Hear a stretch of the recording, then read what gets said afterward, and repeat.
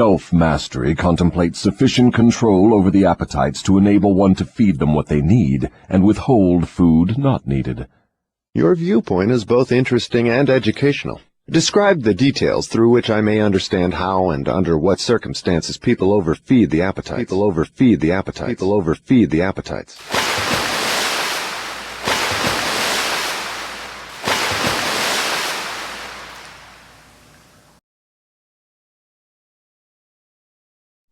Take the desire for physical food, for example. The majority of people are so weak in self-discipline they fill their stomachs with combinations of rich food which please the taste but overwork the organs of digestion and elimination. They pour into their stomachs both quantity and combinations of food, which the body chemist can dispose of only by converting the food into deadly toxic poisons. These poisons clog and stagnate the body's sewer system until it slows down in its work of elimination of waste matter. After a while, the sewer system stops working altogether, and the victim has what he calls constipation.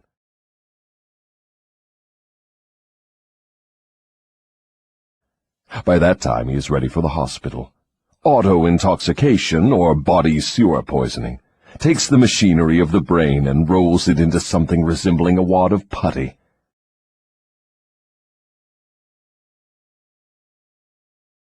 The victim then becomes sluggish in his physical movements and mentally irritable and fussy.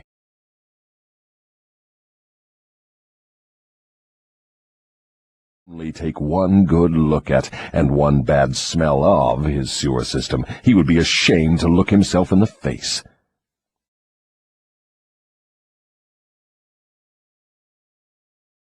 City sewers are not the pleasantest of places when they become overloaded or clogged, but they are clean and sweet compared with the intestinal sewer when it has been overloaded or clogged.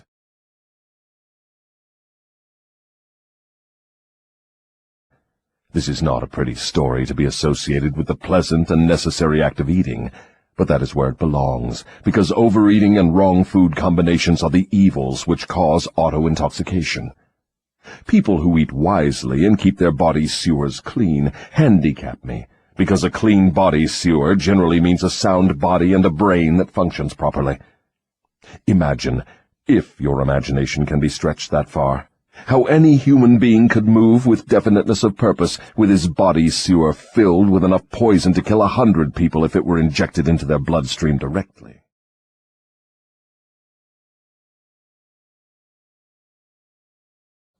And all this trouble is the result of lack of control over the physical appetite for food. Well, if you wish to be absolutely correct, you should say that improper eating is responsible for the majority of the ills of the body, and practically all headaches. So practically all headaches are due to improper eating. If you want proof of this, select 100 people suffering with headaches and give each of them a thorough washing out of their body sewer systems with a high enema, and observe that no fewer than 95 of the headaches will disappear within a few minutes after the sewers have been cleaned. The internal sewage system that he's speaking of is the human intestinal tract. All you say about the intestinal tract, I gather the impression that mastery over the physical appetite for food means also mastery over the habit of neglecting to keep the intestines clean. Yes, that is true. It is just as important to eliminate the waste matter of the body and the unused portions of food as it is to take the right amount and the correct combinations of food. I never thought of auto-intoxication as being one of your devices of control over people. Auto-intoxication is when a poison is formed by the toxins that are created within the intestinal tract due to the failure to properly eliminate waste. And the reason why you're unable to properly eliminate that waste is because a lot of the foods that you're eating are dead and low vibratory foods, okay? And I am utterly shocked to know how many people are victims of this subtle enemy. Let's hear what you have to say of the other two appetites. Well, take the desire for sex expression. Now there is a force with which I master the weak and the strong, the old and the young, the ignorant and the wise.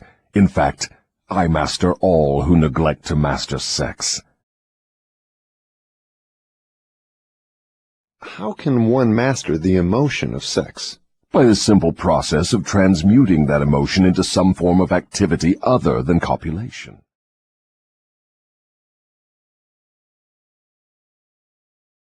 Sex is one of the greatest of all forces which motivate human beings. Because of this fact, it is also one of the most dangerous forces. If humans would control their sex desires and transmute them into a driving force with which to carry on their occupation, that is, if they spent on their work 1/2 the time they dissipate in pursuit of sex, they would never know poverty. Do I understand you to imply there is a relationship between sex and poverty? Yes, where sex is not under definite control. If allowed to run its natural course, sex will quickly lead one into the habit of drifting. Is there any relationship between sex and leadership? Yes. All great leaders in every walk of life are highly sexed, but they follow the habit of controlling their sex desires, switching them into a driving force behind their occupation.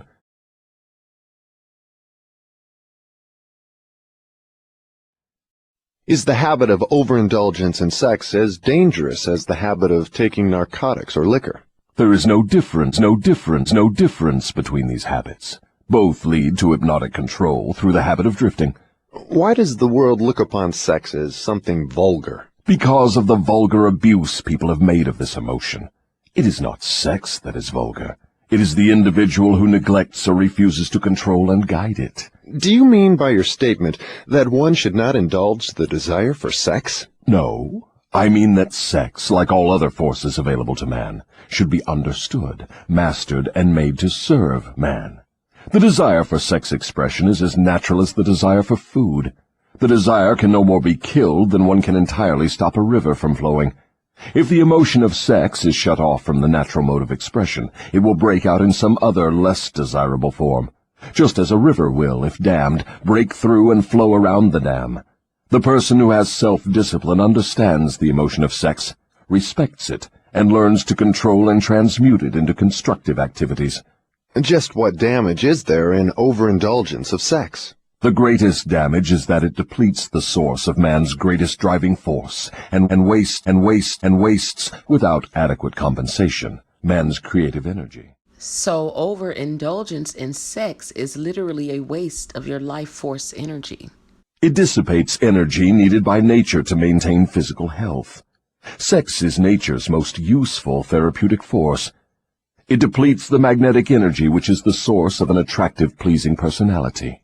It removes the sparkle from one's eyes and sets up discord in the tone of one's voice.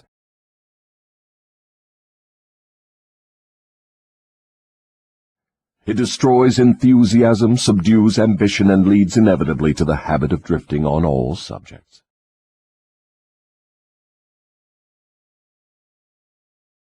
I would like for you to answer my question in another way by telling me what beneficial ends the emotion of sex may be made to attain if mastered and transmuted. Controlled sex supplies the magnetic force that attracts people to one another. It is the most important factor of a pleasing personality. It gives quality to the tone of voice, and enables one to convey through the voice any feeling desired. Oh, giving. It serves as nothing else can serve, to give motive power to one's desires. I want you to be my lady. It keeps the nervous system charged with the energy needed to carry on the work of maintaining the body. Lady,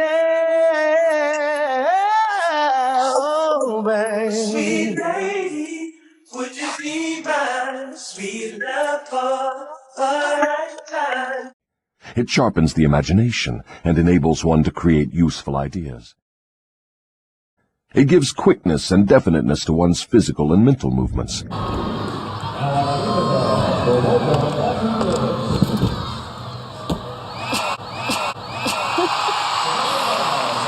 It gives one persistence and perseverance in the pursuit of one's major purpose in life.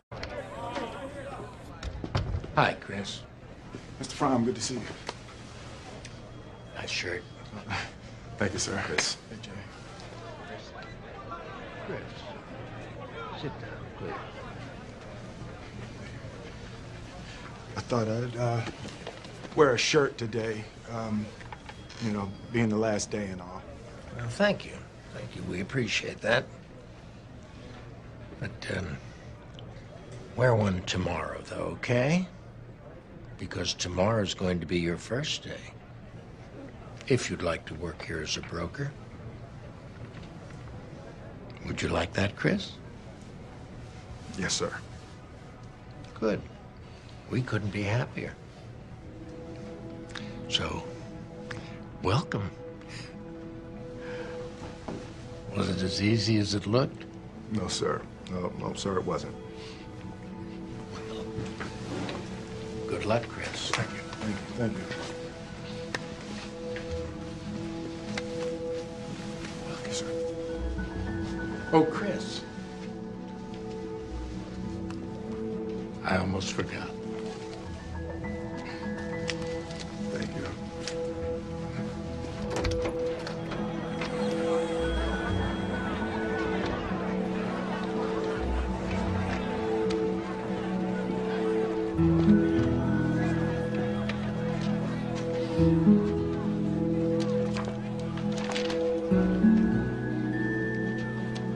This part of my life,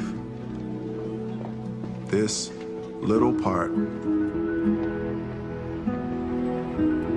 is called happiness.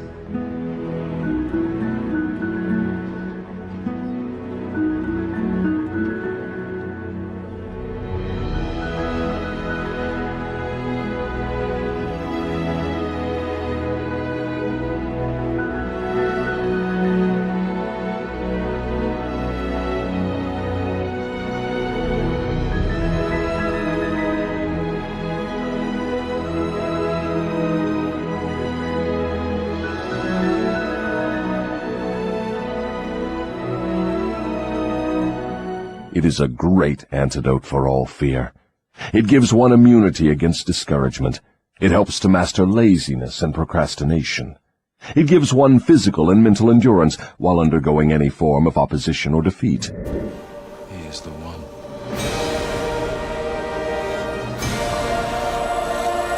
It was at this point that Neo had awakened from the illusion, as many of us are doing as we speak, and he was actually able to see the enemy for what they actually are, which is a computer program, and he was able to decode the energy that they represent, which is false evidence appearing real. Okay?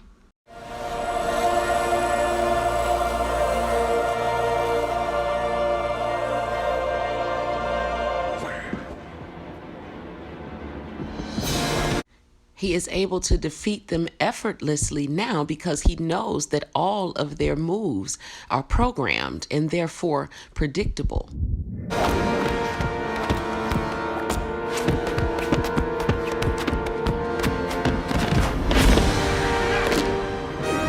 It gives one the fighting qualities necessary under all circumstances for self-defense, self-defense, self-defense.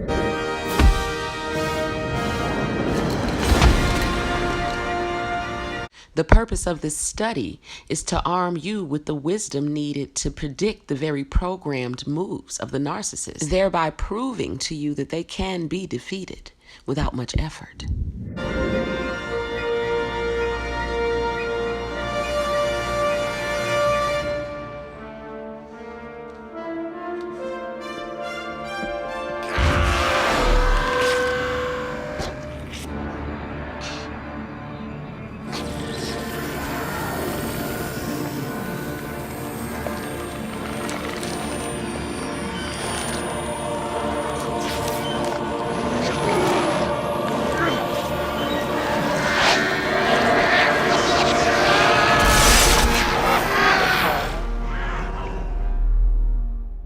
Now he is a spirit-infused human being.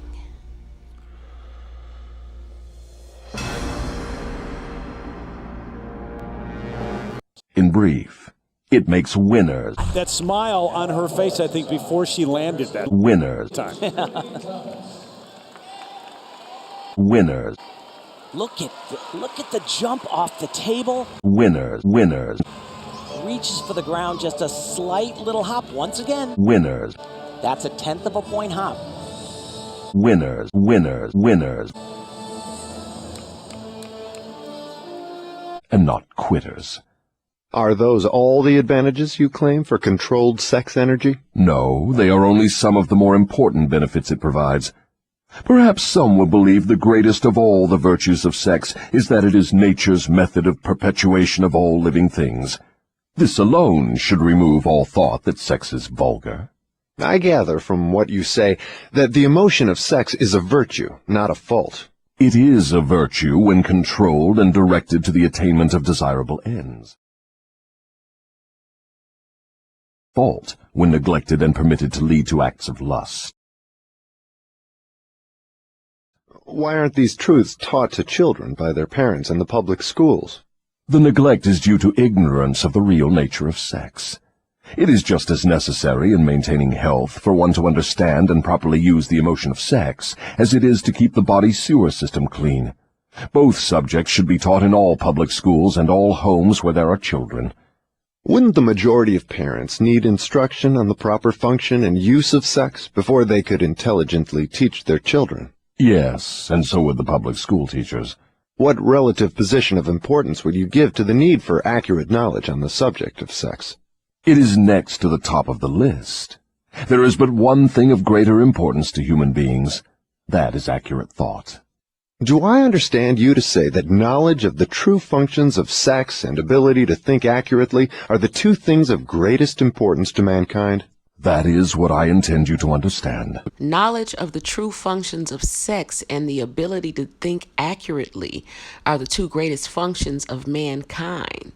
Why is this so? First, because sexual energy is a very powerful, raw, creative energy. And when you use the power of the mind to mold and shape that energy, you become a master, manifester, and co-creator of realities. Accurate thinking comes first because it is the solution to all man's problems, the answer to all his prayers, the source of opulence and all material possessions. Accurate thinking is aided by properly controlled and directed sex emotion, because sex emotion is the same energy as that with which one thinks. It begins with those who desire self-determination sufficiently to be willing to pay its price. I thought I'd wear a shirt today, being the last day and all.